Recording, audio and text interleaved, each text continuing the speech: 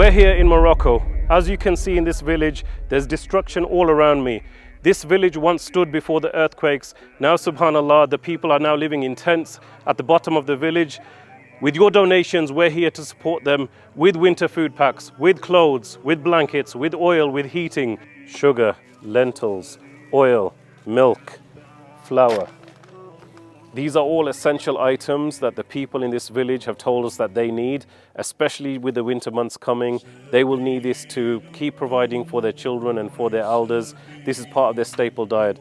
This would normally cost about £30 for a 2-week ration for the villagers here. So alhamdulillah, this is all possible with your donations. So inshallah, keep supporting us so we can help our brothers and sisters here in Morocco.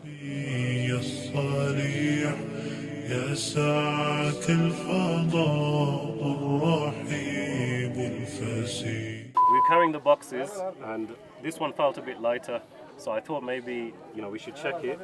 Maybe it's just my muscles growing as we're doing this, but alhamdulillah, everything is exactly as it was supposed to be. And look, ultimately we're accountable to Allah. So with your donations, we want to make sure that everything that we say is going to be in the parcels is there.